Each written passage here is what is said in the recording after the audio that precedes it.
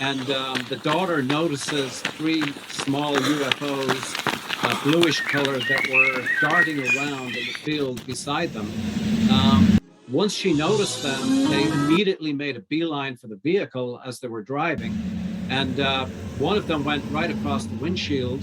One of them came into the car and went right across, both in their field of view, went right across the windshield inside the vehicle. But the third one actually went through the left shoulder of this biotechnologist, went through the upper thoracic cavity, and then emerged from the right shoulder and then shot out through the window right in front of the daughter. I mean, this was a terrifying episode for the daughter, especially. A skinwalker is essentially a witch that has chosen to put on the skin, essentially, or the form of what can only be described as a giant wolf. A skinwalker is something that exhibits superhuman agility and strength. Placing the skinwalker curse on this property made it a very real place to avoid. We've heard all these stories that if you dig on this ranch, bad things might happen to the people that do the digging. So there's a space down here that we've got instruments that say there might be something underground, but the only way to know is to drill. We want to do it safely, and we certainly don't want to do something that's right. Dangerous, but we'd love to get your perspective on it. Well, normally when we do anything to disturb the earth, we usually lay down the blessing, because I don't want to tap into something that isn't meant to tap in. Amen. That's been my whole contention the entire time. Let's put it this way. Let's go and see. I would love that. That'd be great. Why don't we head out there and look? Let's go for it.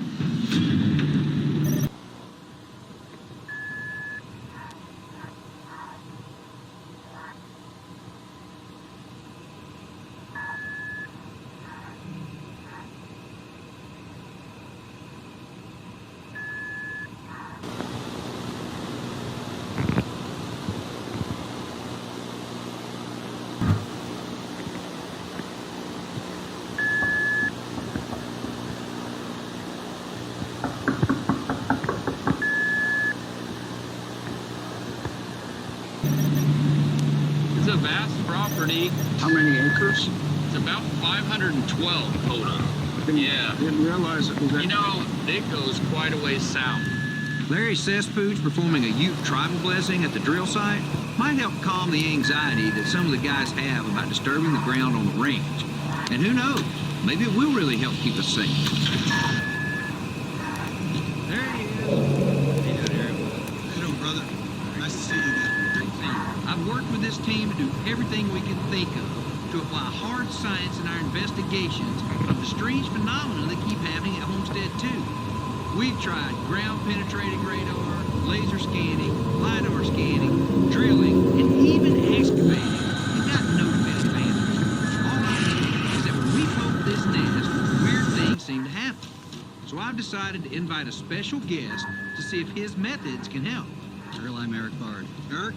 Rabbi Ariel Zadok is not only a scholar and teacher of Judaism, but also an expert in how that belief system might explain the portal phenomena that we've been investigating. I don't generally conduct mystical experiments or rituals, but at this point, I don't know what we have to lose. I was just telling the guys that you were explaining to me how the Jewish faith looks a little differently at some of these strange phenomena than the Christian faith. So I don't get it wrong. Why don't you just explain that? All right. Let's go back, a little bit of Bible study. The Bible makes mention of other indigenous races upon our earth. I'm not a scientist. I'm a clergyman. And I came to look at what is expressed here, not from a point of a scientific anomaly, but from a spiritual point of view. Recognize that the Bible does speak of these entities. They exist in what religion will call a spiritual plane. I guess maybe in modern terminology, you might consider that a fourth dimension of space. You're the scientist, you'll discover that. What seems to be happening here is that there very well might be an indigenous earth spirit who has called this place home for as long as it has been alive. And the one thing that they find the most offensive is when human beings encroach upon their domain. There are times on this property where you do get the sense of malevolence a little bit. This reality, which we think is the only reality, isn't. You could actually have portals opening and closing on this property with a living, non-human, intelligent entity coming and then disappearing. Yeah. Coming and going. Now, Ariel has told me that the Hebrew rabbis know of a thing called tonal technologies. It's an acoustic technology that is believed to be able to open up the heavens, or a pathway, or a doorway, a portal, if you will. My method, I believe seeing is believing.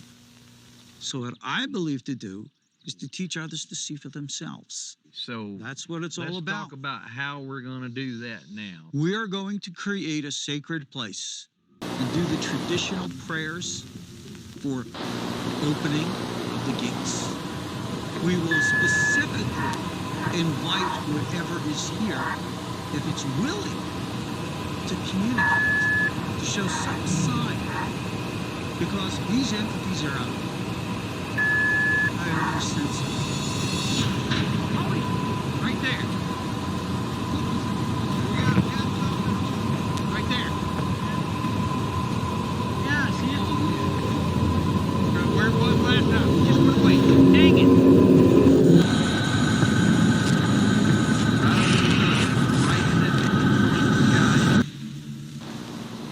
While Ariel was talking to us about how he hopes that he can reach whatever the phenomena is here on the ranch, suddenly we notice to the west there's something glowing in the sky.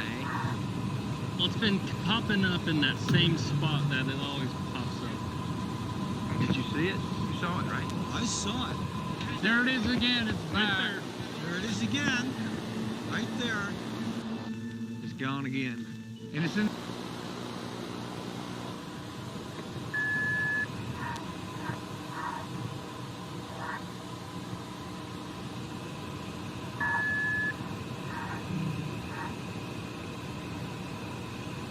An upside down pyramid flying over it. And they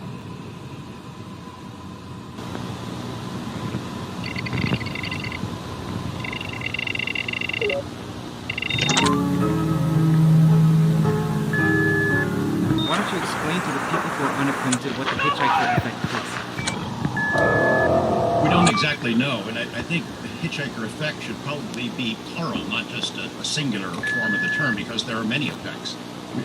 The Bass team first noticed it in correlation to things that happened to people who visited Skinwalker Ranch.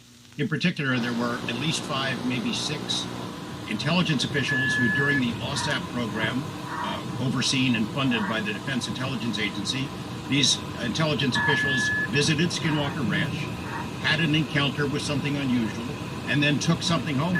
We don't know exactly how it works. We don't know why it happens, but it's happened over and over again. It not only happened to those people during the OSAP fast period, but it happened to people who had visited the ranch during the NIDS era, and even before that, where people would go to this property, encounter unusual phenomena, UFOs, whatever, and then they would go home, and they were visited at their home by orbs, by craft,